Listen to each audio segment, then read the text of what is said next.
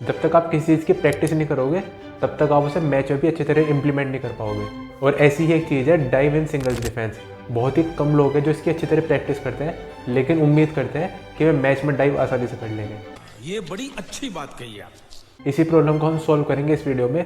मैं आपको बताऊंगा कि आप कैसे प्रैक्टिस कर सकते हो डाइव की सिंगल्स में, और क्या करेक्ट टेक्निक होती है फोरहैंड डाइव और बैकहैंड डाइव में जो आपको इंजरी फ्री रखे और आपका रिकवरी टाइम बहुत ही फास्ट करे डाइव मारने के बाद। और हाँ, एंड में मैं आपको ऐसे टिप दूंगा जो डिफेंस की प्रैक्टिस करते वक्त आपके बहुत सारे पैसे बचा सकता है। नहीं, मैं नहीं मानता। तो स्टे ट्यून और शुरू करते हैं फोरहैंड टेक्निक से। जब भी मैं फोरहैंड डाइव के बारे में सोचता हूँ तो मेरे दिमाग में तो सिर्फ यही डाइव चलती है, आप खुद ही देख लीजिए।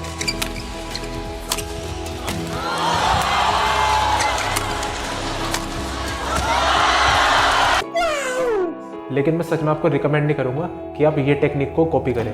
लेकिन मैं इस टेक्निक को क्रिटिसाइज नहीं कर रहा हूँ, लेकिन मैं 2 रीजंस बताऊंगा कि आपको क्यों इस टेक्निक को कॉपी नहीं करना चाहिए। पहला रीज़न मेरे ख्याल से ये सिर्फ लिंडन कर सकता है, और अगर आप कॉपी करोगे या तो आप इंजर्ड हो जाओगे या फिर आपका रिकवरी टाइम बहुत स्लो हो जाएगा। Thank you. और दूसरा रीज़न थोड़ा टेक्निकल है कि जब भी आप बहुत ही हाई इंटेंसिटी मैच खेलते हो तो आपके इंस्टिंक्ट काम करने शुरू कर देते हैं, और अगर आप इस तरह की डाइव की प्रैक्टिस नहीं भी करोगे तो मैच में जब आप बहुत ही हाई इंटेंसिटी पे खेलोगे तो ये डाइव खुद ही लग जाती है। तो आप मेरे ख्याल से आपको इसकी प्रैक्टिस करने की ज़रूरत नहीं है। लेकिन अब आते हैं उस फोरहैंड डाइव पे जिसकी आपको प्रैक्टिस करने की सख्त ज़रूरत है। ये डाइव की टेक्निक हर कोई यूज़ करता है, तो इसमें बेसिकली करना क्या है, तो पहला स्टेप तो ऑब्वियसली ये है कि सबसे पहले आपको स्प्लिट स्टेप लेना है, और फिर उसके बाद अपने रैकेट से आपको शटल पे रीच करना है, और रैकेट से शटल पे रीच करने के बाद आपको शटल हिट करनी है, लेकिन आपके पैर उसी जगह पे रहेंगे। और उसके बाद बैलेंस बनाने के लिए सबसे पहले आप रैकेट को ग्राउंड पर फ्लैट रखोगे और फिर अपने पैरों को रोटेट करते हुए अपने बॉडी की तरफ लाओगे और इजीली फिर सेंटर में वापसी जाना है।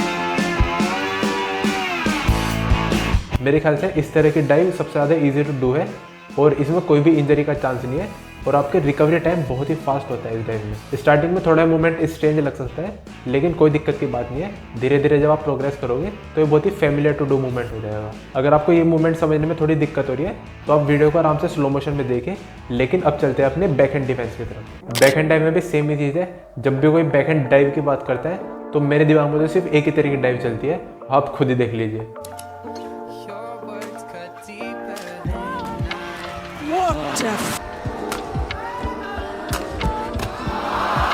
ये ली चोंग वी का सिग्नेचर डिफेंस है, लेकिन मैं इसमें आपको ये नहीं कहूँगा कि आपको ये प्रैक्टिस नहीं करनी चाहिए। आप या तो ये प्रैक्टिस कर सकते हो या फिर जो अगली टेक्निक मैं आपको बताऊंगा आप उसे प्रैक्टिस कर सकते हो। और मैं सोच रहा हूँ कि अगर इस वीडियो पे 200 लाइक्स आ गए तो मैं इस पूरे ली चोंग वी डाइव का पूरा एक ट्यूटोरियल बनाऊंगा और उसे यूट्यूब पर अपलोड करूँगा। तो प्लीज़ लाइक द वीडियो, और यार सब्सक्राइब भी कर देना।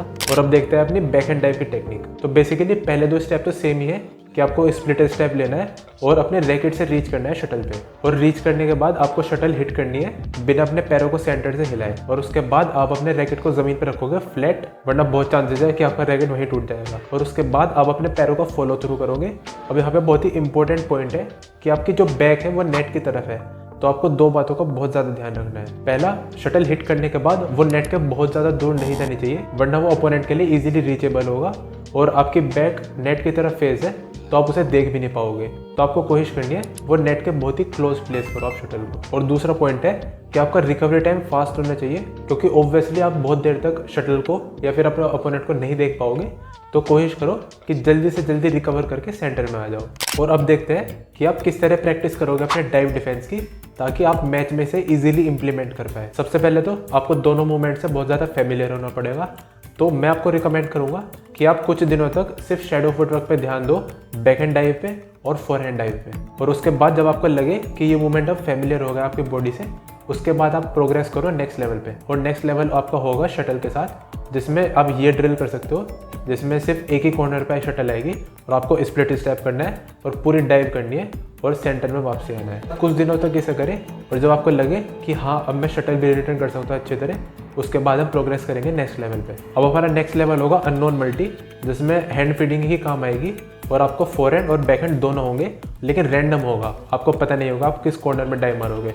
तो सेम चीज़ करनी है, स्प्लिट स्टेप करना है और उसके बाद रिएक्ट करना है जहाँ भी आपका फीडर शटल थ्रो करेगा, चाहे वो फोरहैंड हो या फिर बैकहैंड। अगर आप इतना कर लेते हो तो मेरे ख्याल से आप रेडी हो, आप मैच में डाइव को इजीली इंप्लीमेंट कर पाओगे। लेकिन आपको कंटिन्यूसली प्रैक्टिस करते रहना है डाइव की, ताकि और भी ज़्यादा शार्प और भी ज़्यादा बेटर होता जाए। और अब बात करते हैं कुछ टिप्स की जो आपके बहुत ही काम आ सकती है डाइव डिफेंस की प्रैक्टिस करते वक्त। वैसे तो इसमें इंजरी के चांसेस बहुत कम है, लेकिन फिर भी एक ऐसा बॉडी पार्ट है जहाँ पे आपको इंजरी हो सकती है, वो है आपका रिस्ट। तो जब भी शटल हिट करने के बाद आप अपना हाथ रखोगे कोर्ट पे, तो आपको कोशिश करनी है कि आप अपना पाम प्लेस करो और कोशिश करो कि बहुत ही स्मूथ लैंडिंग हो, कि ज़्यादा स्ट्रेन ना आए आपके रिस्ट पे। और अब दूसरी टिप जिससे आपके पैसे भी बच सकते हैं वो है कि अगर आप बिगिनर हो डाइव डिफेंस की ट्रेनिंग में, तो प्लीज़ आप अपना कोई पुराना रैकेट इस्तेमाल करो या फिर कोई आपका टूटा हुआ रैकेट हो, जिससे आप प्रैक्टिस तो कर ही सकते हो। क्योंकि मैंने देखा है जो स्टार्टिंग में डाइव की प्रैक्टिस करते हैं वो अपना जो रैकेट है वो अच्छी तरह प्लेस नहीं कर पाते कोर्ट पे, और आपके रैकेट टूटने के चांसेस बहुत ज़्यादा है। और तीसरी टिप है कि आपको शैडो पे बहुत ज़्यादा ध्यान देना है, क्योंकि जब तक ये मूवमेंट आपके साथ फेमिलियर नहीं होगा तो आप डाइव इंप्लीमेंट नहीं कर पाओगे। अगर आप डाइव डिफेंस की प्रैक्टिस अब शुरू करोगे तो आप अपनी वीडियो मुझे डीएम कर सकते हो इंस्टाग्राम पे, मैं आपको और भी टिप्स दे सकता हूँ कि आप अपने कैसे डाइव को और भी ज़्यादा शार्प बना सकते हो। तो मुझे इंस्टाग्राम पे भी ज़रूर फॉलो कर लेना और अपनी वीडियो बना के भेजो। So guys that's it for today. Comment में ज़रूर बताना कि वीडियो कैसी लगी, और मुझे और भी टॉपिक्स बताओ कि मैं किस चीज़ के ऊपर बैडमिंटन से रिलेटेड वीडियो बना सकता हूँ। और यार प्लीज़ वीडियो लाइक कर दो और please subscribe. I am Arpit, I am a strength and conditioning coach. Thanks for watching. Subscribe करें,